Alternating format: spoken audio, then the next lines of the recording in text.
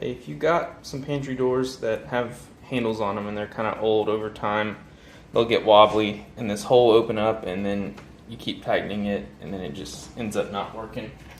And so these are the old handles we had, and so what we're going to do is we're going to basically fill in that gap so that we can re-drill a hole, put this in there, and then it'd be sturdy. Except I'm going to replace the handle. So this is what we're going to do. We're going to show you this. This is just a little piece of wood I think I got from a paint stirrer, and then I just screwed a tiny little screw in here so that I can hold on to it. And this is what we're going to do. We're going to take it, we're going to put it in this hole. You want to try and angle it just right. Oh, you didn't see that. Sorry guys. I pushed it in here. Alright.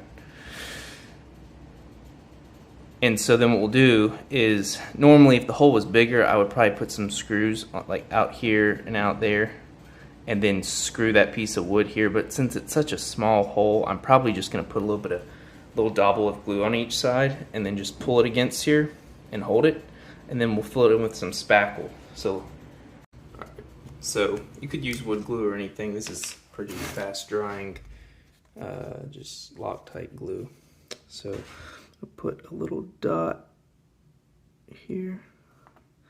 I'm going to put a little dot here.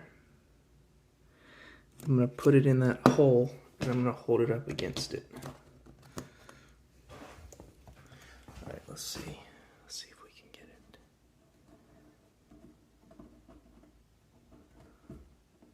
Alright, we're in.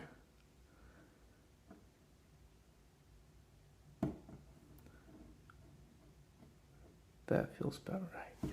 If you don't cover up the entire hole either, it's fine. You just want to be able to hold it up against the wood enough towards the point where it pretty much can just dry. So I'm going to hold it here until basically I kind of push on the screw and it feels solid. Enough now to where it's not moving. I'm just going to let it sit a little bit longer. But I can go ahead and just unscrew this screw. It wasn't in there very hard. And then what we'll do is we'll get some spackle and fill that hole. What I have here is a wood filler. You probably could honestly use spackle and it'd be fine just because you have that wood backing, but it might crack over time. But if you have the wood filler, that would be the best thing to do. Alright, so we know that the glue is dried. And all I'm going to do is just take the filler, as maybe you've done before, and I'm just going to fill it in and sand it down, and then probably do one extra coat and then sand it down, just so it's flat. And so if you have to do the other side, you can do the other side too. For me, I'm not going to have to do that.